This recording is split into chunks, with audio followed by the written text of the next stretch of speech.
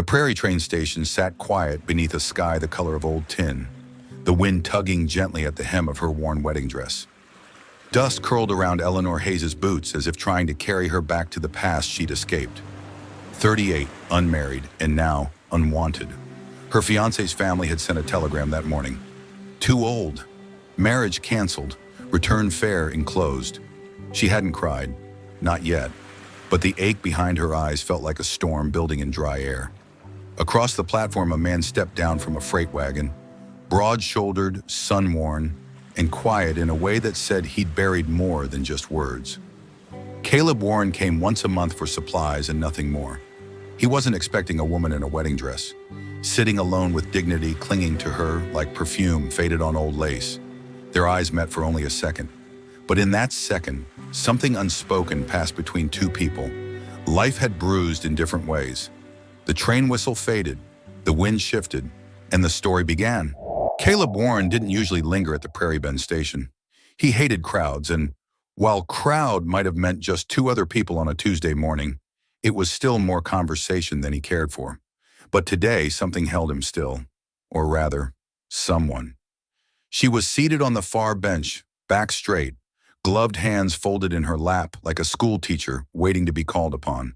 Her cream-colored wedding dress, modest and sensible, was creased and travel-stained. But it was the ring in her palm that caught his eye.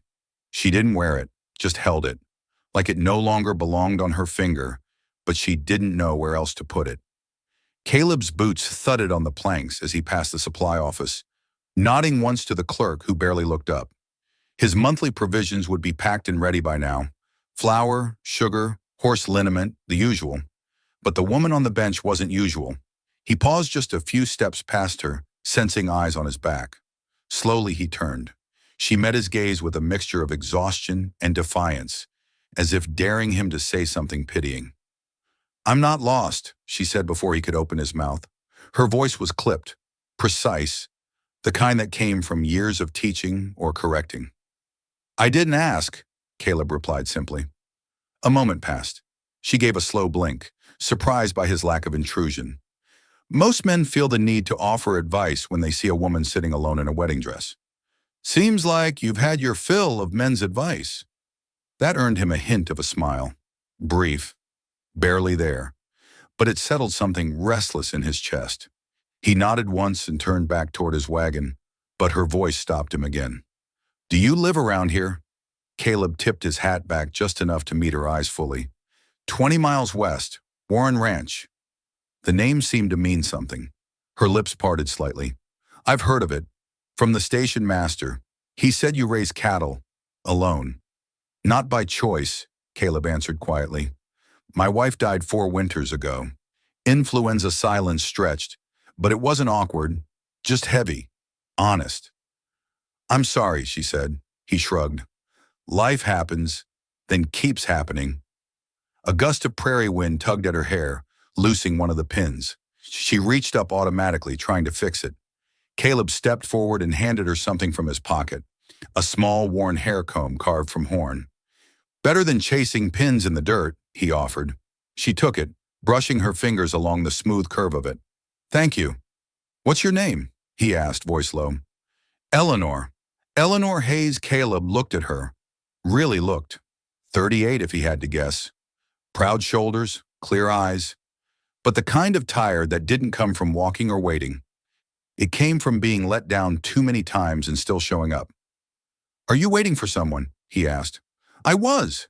He's not coming." She said it without bitterness, just truth. "His family decided I was too old. Sent a telegram. Told me to go back." He didn't ask where back was. It didn't matter. Not when he could see the weight of those words dragging her shoulders. "My wagon's headed west," he said after a long moment. "It's a quiet place. No one's there to tell you you're to anything." Eleanor looked at him like he might be joking. But Caleb Warren had the face of a man who didn't joke much, especially not about offers like this. "You'd take me with you?" she asked carefully. "I would." "Why?" He considered the question, then answered with the same steady honesty he always gave his cattle, his land, and the few people he trusted.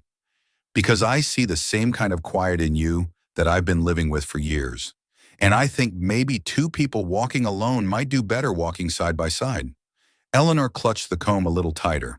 Her wedding ring still rested in her other hand. She didn't speak right away, didn't rush. But then she stood. "I won't be a burden," she said. "Didn't say you would." She looked down at her dress, then met his eyes again. "I'll need to change." He nodded toward the wagon. "You can do that after we leave. We've got a long ride ahead." And just like that, she stepped off the platform, not with desperation, but with something steadier, a quiet kind of courage. Caleb helped her into the wagon, not with ceremony, but with care. As the wheels rolled forward, the wind swept up behind them, scattering dust and old expectations into the prairie air. Behind them, the station faded. Ahead, a second chance waited. The road west from Prairie Bend was little more than packed earth and ruts, stitched together by barbed wire and the occasional lone windmill. Eleanor sat beside Caleb on the wagon bench, her borrowed shawl tugged close against the spring chill. Her wedding dress, now hidden beneath a plain work coat, still itched at the collar, a reminder of what had almost been. Neither of them spoke much, not because there wasn't anything to say, but because some things needed silence to settle.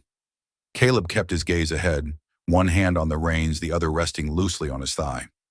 Every so often he glanced toward her, making sure she was holding steady as the wagon jostled over potholes and dry creek beds.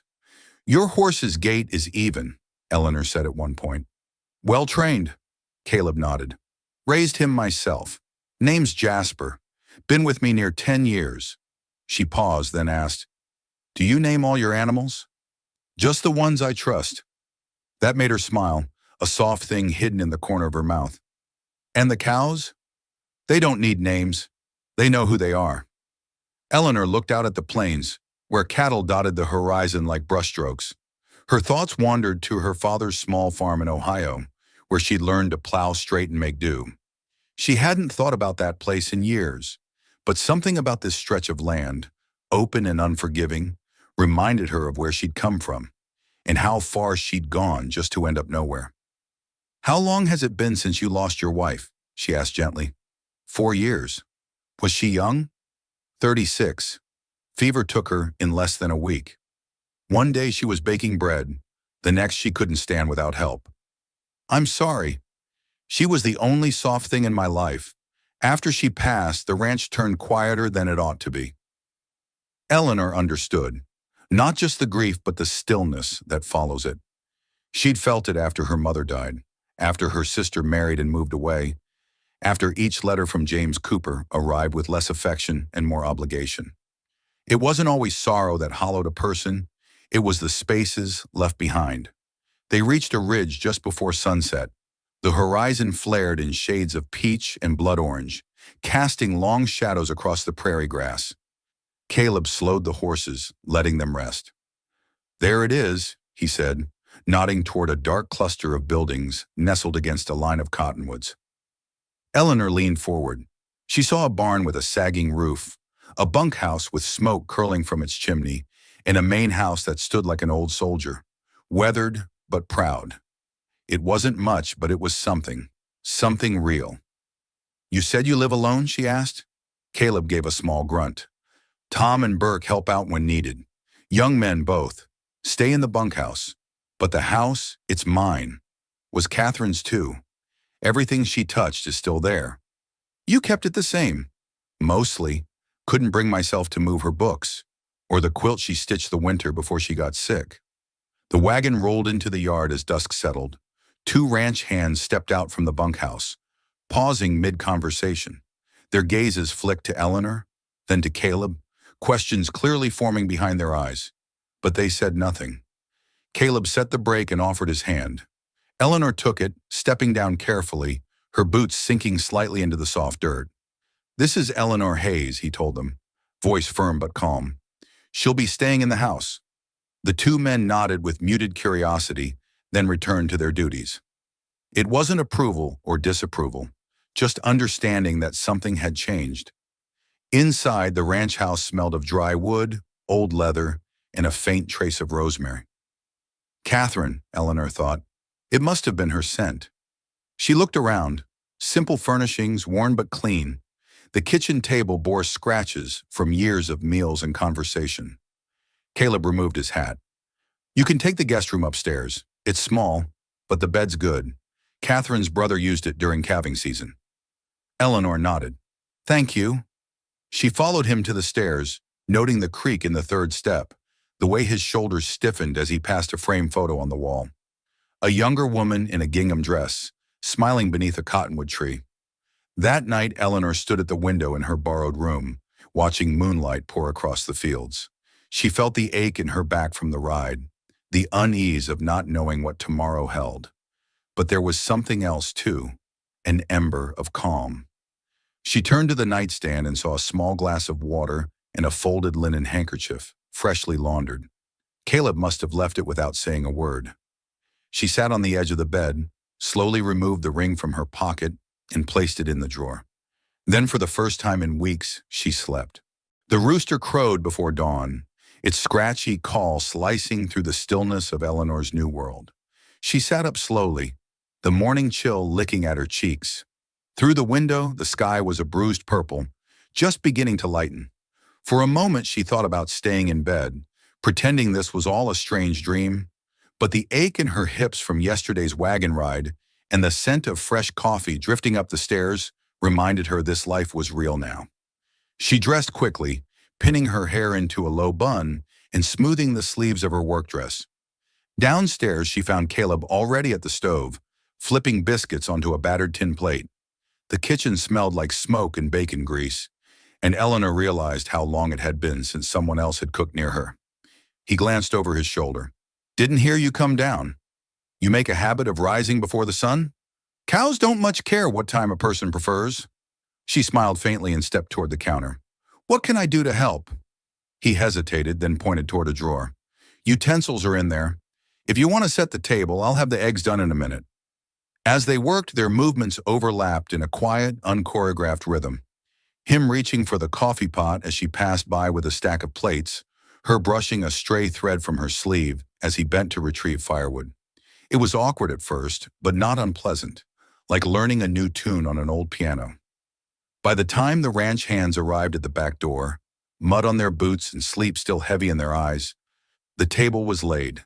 The biscuits were steaming, and Eleanor had poured coffee into 4 mismatched mugs. Tom offered her a shy smile as he removed his hat. Ma'am. Eleanor inclined her head. Just Eleanor, please. Burke elbowed Tom and grinned. She already sets a better table than you ever did, Tom. That earned a soft chuckle from Caleb, who hadn't smiled once the entire previous day. As the men ate, Eleanor listened. They spoke of fences needing mending, of a mare expecting her foal, of a neighbor's windmill that had snapped clean in half during last week's windstorm. She watched how Caleb listened more than he spoke, offering a few clipped phrases when needed, nodding when not. When breakfast was finished and the men dispersed into the crisp morning air, Eleanor began to gather dishes. Caleb stopped her with a hand on the table. Don't feel obliged to do everything right away. I'm not, she replied gently. I just need something to do with my hands. His gaze met hers, steady, unreadable. There's flour in the pantry. Catherine used to make a good cornbread. That recipe box in the hutch still has her notes. I'll find it, she said and meant it. The recipe box was tucked behind a row of cookbooks, its wood faded and smooth from years of use. Eleanor lifted the lid slowly, feeling like an intruder opening a stranger's diary. Inside, recipe cards were stacked neatly, some crisp, others curling at the edges. Catherine's handwriting was graceful, looping letters inked in blue and smudged in places where butter or molasses had likely splattered. Cornbread with honey glaze, biscuits, double rise, pickled beets, never boiled. Eleanor read each one like a letter from a woman she'd never known, but somehow owed a quiet respect. This house still bore Catherine's shape. Her quilt in the parlor, her apron on the hook, her quiet legacy stitched into every room. Eleanor didn't resent it. She simply wondered where her own thread might be woven in. By mid-afternoon, the scent of baking cornbread filled the kitchen. She had swept the floor, reorganized the pantry shelves, and mended 2 dish towels. Caleb passed through occasionally, always with a nod or quiet observation. "Smells good," or storm might roll in by nightfall, but mostly he let her be. As the sky turned amber with the approach of evening, Eleanor stepped onto the porch, wiping her hands on her skirt. The land stretched out in all directions, vast and golden. It didn't care about failed engagements or old regrets. It simply endured. Caleb appeared from the barn, sleeves rolled up, dust in his hair. "I didn't expect you to do all that," he said, motioning toward the house. "I didn't expect to be here," she replied. "But sometimes a body has to make sense of things the only way they know how." He leaned against the post, his expression softening. "The hands like the cornbread. I'm glad." They stood like that for a while, the breeze stirring the tall grass. The silence between them no longer felt like a wall. It felt like space, like breath. "I know we married quick," Caleb said finally. "Quicker than's usual, even out here." Eleanor nodded. "I'd have said no if I didn't mean to stay." His jaw tightened, like he'd been holding that question all day. She continued, "I've spent most of my life being useful to others. A teacher, a caregiver, a woman who knew her place. But I think," she looked out at the land, "I think I'd like to find out who I am when I'm not trying to be what someone else needs." Caleb didn't reply right away, but his voice when it came was low and certain. "You'll have the space to find out here. No rush." They watched the sun slip behind the hills, its fading light casting long shadows across the porch. In the quiet, Eleanor felt the tightness in her chest ease just a little more. It wasn't love yet, it wasn't even comfort, but it was a beginning. The next morning brought a biting wind that cut through the shutters and rattled the kitchen window panes. Eleanor wrapped her shawl tighter around her shoulders as she pressed dough into the cast iron skillet, the scent of sourdough starter and salt rising warm around her. Outside, the sky had darkened with bruised gray clouds. Storms, she was learning, didn't always give much warning out here. Caleb pushed open the back door just before dawn, shaking snow from his coat and boots. "Barometer dropped hard overnight," he said, brushing a hand through his damp hair. "Something fierce is coming." "I can feel it in my knees," Eleanor said without thinking. Then she caught herself, half expecting him to laugh. But Caleb only nodded, setting his gloves by the stove. Catherine used to say the same. They didn't speak for a while. He sat at the table, rubbing warmth back into his fingers, while she finished preparing breakfast.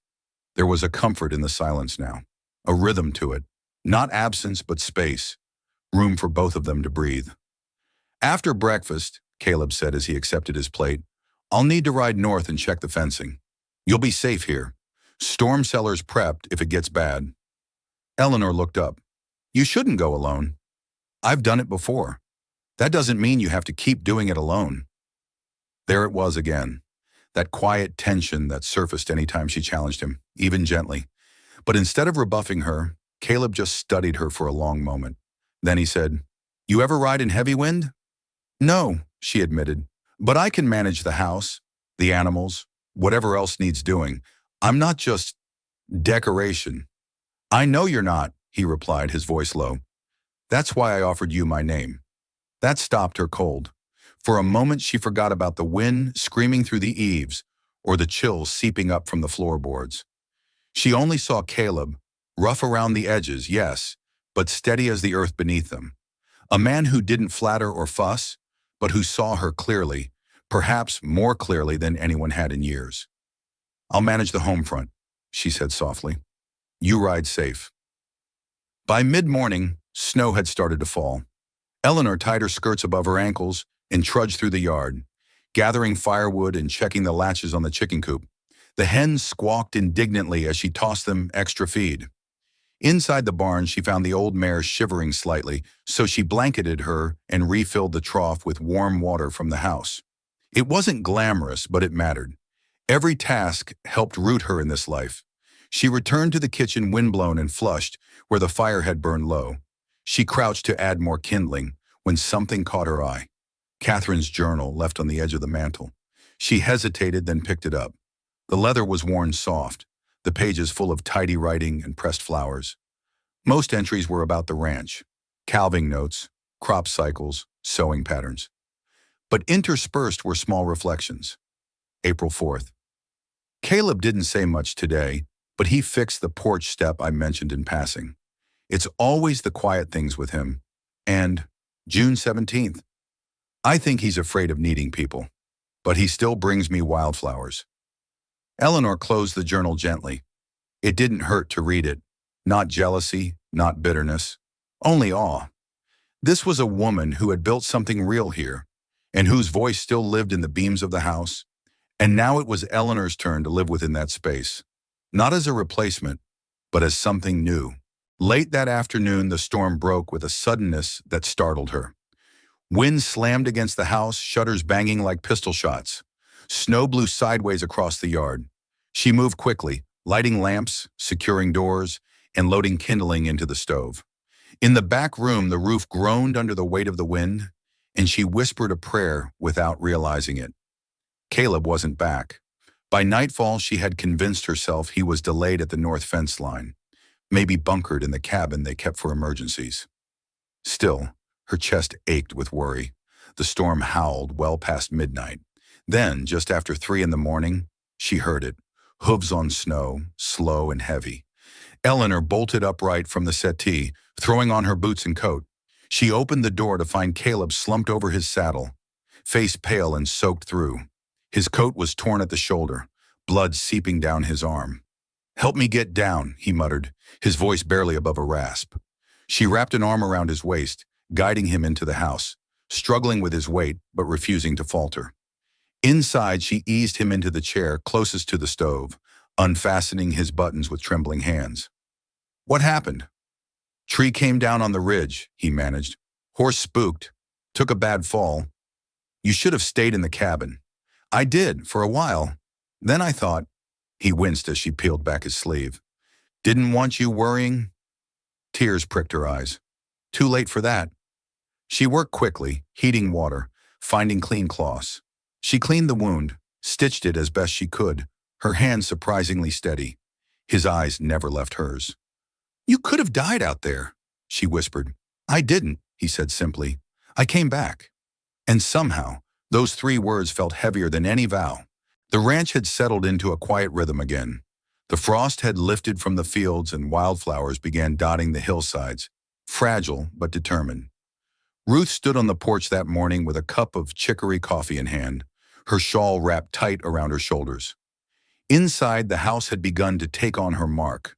Freshly sewn curtains, a mended chair leg, a row of jars filled with preserves she and Micah had made together. Micah had grown used to her presence in a way that unnerved him. He knew how easily comfort could mimic something deeper. He watched her brush flour off her apron as she baked, saw her shoulders rise when she laughed at the ranch hand's teasing. It was not love, not yet, but it was something honest, and it scared him. That fear took root the moment he saw the letter in her hand. It arrived mid-morning, delivered by the same dusty rider who brought news and paper once a week. Ruth's hands trembled before she even opened it, as if her body already knew what her mind refused to name. She read it twice, then once more, lips moving silently. Her breath caught, and she folded the letter carefully before slipping it into her apron. Micah noticed. "Bad news." Ruth shook her head, then hesitated. "My sister. She's written. Says I should come home. That I've had my little adventure. That there's still time to save face." Micah's brow furrowed. "Save face with who?" "With the women at church. The cousins who count every wrinkle. The neighbors who already whispered when I left at 38. Ruth's voice was flat. Micah stepped out onto the porch beside her. The wind carried the faint scent of turned soil and horses. "Is that what you want?" She didn't answer right away. "I don't know. I've thought about it. There's safety in going back. Familiarity. But there's something here too. Not just this house. You." Micah looked out over the pasture, jaw tight. "I never asked for you to stay, but I'd notice if you left." That night, Ruth couldn't sleep. She rose from bed and walked outside, the chill sharp against her skin. Stars blinked above like watching eyes. She sat on the swing Micah had hung under the eaves. She remembered his rough hands tying the rope, how he tested it twice before letting it be. She unfolded the letter again. Ruth, it read, whatever it is you're doing out there, I hope it gave you peace. But we need to be realistic. You're not young anymore. The town's talking. You could still find someone respectable. Come home. She folded it slowly, laid it on her lap like a weight she wasn't sure she could carry. She didn't hear Micah until he sat beside her, silent and solid. She makes it sound like you're ruined, he said after a while. I suppose I am, Ruth replied quietly. No. His voice was low. You're remade. Ruth turned to him. What if I stay and regret it? What if you wake up one day and regret me? Micah met her eyes. Ruth, I've lost more than most men ever do. My wife, my boy, even my faith some days. I don't trust easy, but when I look at you, I don't see regret. I see something coming back alive. She blinked, startled by the admission. I'll never be good with word, he added. But if you stay, it'll be because you chose to, not because I asked, and not because you ran out of other options. Ruth looked back up at the stars. I don't want to be a guest here anymore. Then don't be. She turned toward him fully. But if I stay, I need a real place in this life, not just in the kitchen. I want to teach the ranch hands children, turn that old storeroom into a schoolroom, build something of my own. Micah nodded slowly. Then we'll build it. The next morning, Ruth burned the letter in the stove, not in anger, but in finality. The flames curled around the paper, eating the past one line at a time. Later, Micah returned from the barn to find her on a ladder, whitewashing the walls of the storeroom. Her face was streaked with dust and purpose. He brought her a pail of water without a word, and she took it with a smile that didn't ask for permission. It was not a proposal, not a kiss, not a grand declaration, but it was a beginning. And for the first time in years, neither of them felt halfway broken. Winter passed slowly, one brittle sunrise at a time. Snow lined the ridge like an old scar, but beneath it, Ruth could feel the land breathing again, a thaw, gentle but insistent. Life never truly died out here. It only waited. Inside the ranch house, the warmth was no longer just from the fire. It came from the steady rhythm of shared routines. Ruth's teaching room had taken shape. Chalkboards from salvaged wood, benches Micah and Tom built with rough hands and quiet pride. 3 children now came twice a week, including the shy boy from the next ranch over, who hadn't spoken since his mother passed. Ruth had him reciting prairie poems by heart within a month. Micah never said much about it, but he always passed by when lessons were in session, pretending to fetch something from the shed, always lingering by the open window. One crisp morning, Ruth found him standing at the gate, watching the sunrise with that familiar stillness. Looks like spring's coming early, she said, walking up beside him. Micah nodded. I can feel it in the ground. You learned to listen for it out here. They stood shoulder to shoulder in silence for a while, until Micah cleared his throat. Ruth, when you came off that train, you were wearing hope-like armor. I didn't know what to do with it. She smiled softly. And now? Now I know I don't want to lose it. He turned to her fully then, something steady in his eyes. I built this ranch for a family. I thought that dream died with Hannah and Eli. But you brought it back. Not the same, but better. Stronger. Ruth's throat tightened. Micah, I never wanted to be someone's replacement. You're not. You're the reason I can remember her with peace instead of pain. He paused. I still keep her handkerchief in my coat. Not because I'm stuck in the past, but because she'd be glad I found someone with your kind of fire. She swallowed hard. I never thought I'd have a second chance. Well, he said, pulling something from his coat. Then I reckon we're both overdue. He opened his palm to reveal a ring, simple silver, a prairie flower etched on its band. It's not much, but it's real. Ruth's hand trembled slightly as she reached for it. Real is all I've ever wanted. They married that Sunday beneath the cottonwoods at the edge of the pasture. No invitations, just neighbors who came with food, music, and stories. Mrs. Fletcher from the bakery brought a cake, still warm. Tom played fiddle like the wind had gotten into his fingers. The shy boy from Ruth's schoolroom handed her a bouquet of wild bluebells without saying a word. And somehow that felt like the truest blessing of all. As the sun dipped below the ridge, Ruth and Micah stood at the porch of their home. No longer separate lives converging, but one. The months that followed moved quickly. Ruth's schoolroom grew, as did her garden. Micah repaired the barn roof with help from the neighboring ranchers, and he smiled more now. Those rare smiles that made Ruth feel like she'd stumbled into something sacred. One summer morning, Ruth stood over a pot of plum preserves, the scent rising like memory. She turned to find Micah watching her from the doorway, arms crossed, a peculiar glint in his eye. "Well?" she asked. "What are you staring at?" "I was just thinking," he said, stepping inside, "about how sometimes the best things in life sneak in through the back door." She raised a brow. "Meaning?"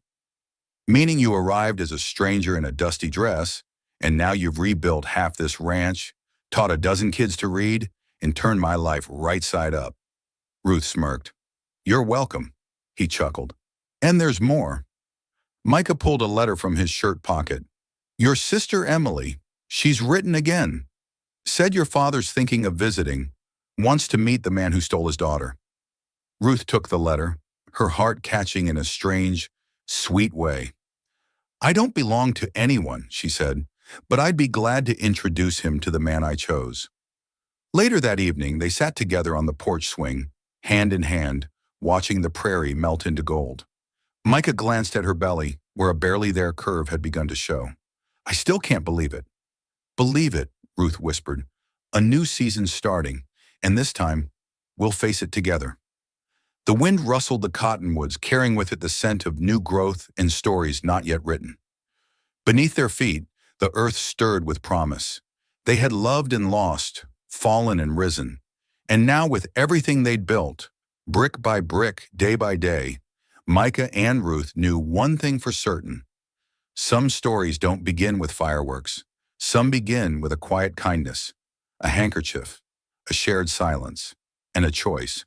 Some say love fades with time. But maybe, just maybe, the kind that finds you when you've stopped believing, that's the love that lasts. Ruth stood on that train platform thinking her story was over. Micah proved it was only just beginning. Do you believe love like this still happens? Tell us in the comments. Your words might be the next spark someone else needs.